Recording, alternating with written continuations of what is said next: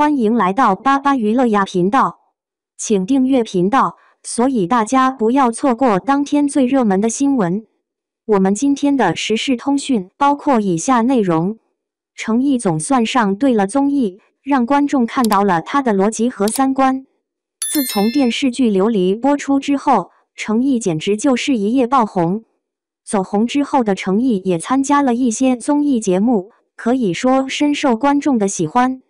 不知道大家还记不记得程毅在《跑男》里的表现，完全就是一个游戏黑洞，给观众带来了很多欢乐。让人记忆最深的就是盲猜牛肉游戏了，程毅每次都是非常自信地说自己懂了。当自己上手玩的时候，才发现程毅从头到尾根本就没有读懂规则。站在程毅的角度来说，他真的不适合这种游戏，甚至可以说不适合这种综艺，玩不了啊。但是站在观众的角度来说，程毅这种憨憨的表现反倒是比那些精明的好看多了，满满的全是笑点。站在粉丝的角度来说，我觉得程毅与其上这种综艺，让观众觉得自己不聪明，真不如直接不参加。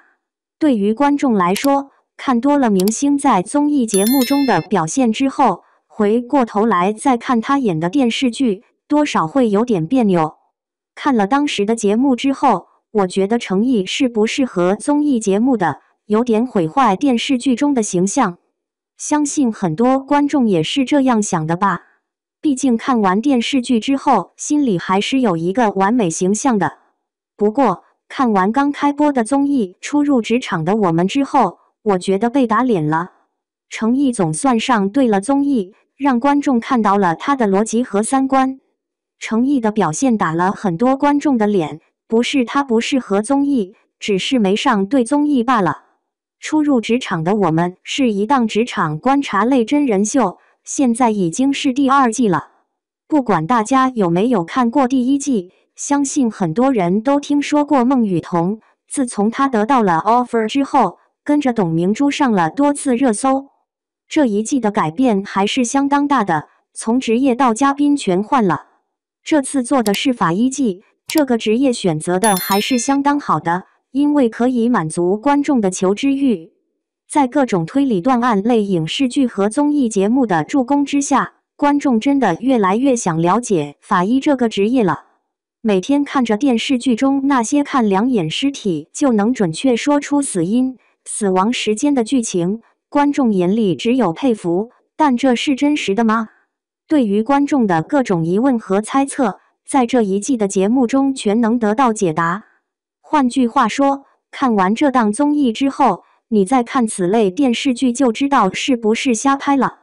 在嘉宾阵容方面，这次可以说是完全大换血。上一季的蒋昌建、靳梦佳、于朦胧、张萌等人没有一个来的。这次的观察嘉宾一共有4位，分别是程毅、齐思钧、翟潇闻、周雨彤。一开始看到这个阵容之后，相信很多人对周雨彤是抱有很大期望的，因为她演过法医秦明。不过，看完2期的节目之后才发现，原来程毅才是宝藏。在实习生的一个考核案件当中，4位明星嘉宾分别被安排上了角色，实习生会对他们进行采访。说白了，这就是沉浸式的剧本杀。对于4位年轻的明星嘉宾来说，怎么可能不喜欢呢？在完成了自己的扮演工作之后，4位也是聚在一起对这个案件进行了复盘和分析。在整个推理的过程中，程毅充分展现了他的逻辑和三观，简直是让人太赞了。第一，逻辑。在复盘的时候，程毅率先提出了思思是意外死亡，因为现场没有打斗的痕迹。紧接着程毅又用排除法先后把其他选项排除，最终做出决定是意外死亡。这个结果听起来好像很不靠谱，但其实这就是正确答案，因为结果是被冻死的。当周雨彤提出不同的想法，说可能是有一位男性在吃完饭之后约思思出门散步，紧接着发生了一些事情。听到这个想法之后，程毅立马反驳了周雨彤。4个人喝了2瓶高度伏特加，外加17瓶啤酒，而且全喝光了。在正常情况下，喝了这么多酒，绝对不可能有人是清醒的，除非是遇到了对酒精免疫的人。在现实生活中，大家都喝过酒，当你喝多了之后会干什么呢？还会约异性去散步吗？换句话说，站都站不住了，散的哪门子步呢？在整个推理过程中，周雨彤脑补了很多故事，说的翟潇闻连连赞同。但是程毅非常清醒，他从常理去分析这个案件，认为老石非常喜欢思思，是绝对不可能害对方的。相比之下，程毅的逻辑是要比所有人都强的。在所有人都怀疑老石是凶手的时候，只有程毅一个人非常坚定思思是意外死亡。看了这期节目之后，很多观众真的是对程毅刮目相看了。在这4人当中，程毅的每一句话都有理有据，逻辑非常清晰。看到程毅的表现之后，观众都纷纷喊话让他去参加明星大侦探。说实话，程毅有这样的逻辑推理能力，要是去了剧本杀类的综艺，绝对会大放异彩的。第二，三观。在这次的推理过程中，程毅说了这么一句话：你半夜约我出去干嘛？你对一个女性是不尊重的，谁半夜跟你出去啊？程毅这番话真的是太圈粉了，这个三观真的是太正了。在现实生活中，有很多半夜约女生出去的，这已经成了一种常态。程毅的话听起来好像有点太过保守，但这个思想绝对是没有任何问题的。如果2个人已经成了情侣关系，晚上约会很正常，但要只是追求状态的话，这确实是对女性的不尊重。从跑男到初入职场的我们，程毅总算是上对综艺了。这是一档法医实习的真人秀，就连导师都夸赞程毅有当法医的潜质。程毅的表现确实不错，这档综艺也非常适合他，可惜这一季给到明星嘉宾的镜头比较少。对于节目组来说，这是一个很大胆的尝试和挑战。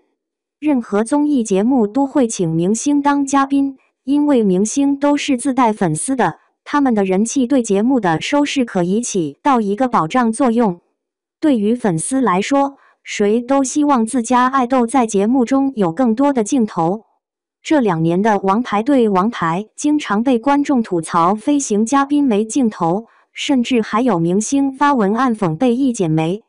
这次初入职场的我们敢于打破这种常规套路，把绝大部分镜头都给到素人嘉宾，真的是实属不易的。当然，从2期节目的口碑和收视来看，这样的升级是成功的。毕竟这些年有很多的素人恋综和素人职场综艺，比如心动的信号和令人心动的 offer。一开始的时候，观察室的明星嘉宾聊天还是很有营养的，能说出很多的干货。现在不行了，恋综一切到观察室只剩下好甜啊，好浪漫啊等这种磕糖的声音，职场综艺切到观察室也只剩下某某加油，心疼某某的声音，可以说非常肤浅。随着这2类综艺越来越多，观察室越来越没有输出的时候，观众开始疯狂吐槽。这次节目组把重点全放在实习生身上，再加上这一季的法医季有各种推理和离奇案件，观众看得非常上头。实话实说，我觉得这档节目是要比那些剧本杀综艺更好看的，因为所有的案件都是真实的。比如这次的驴友案件，要是放在其他综艺中，谁会相信7月份的大夏天会冻死人呢？又有谁会知道人被冻死之前会反常脱衣，最后还会露出笑容？只有看了这次的节目，大家才明白童话故事中卖火柴的小女孩最后的笑容是真实的。在现在这个职场观察类真人秀泛滥的市场大环境下，我觉得这一季初入职场的我们是非常好的。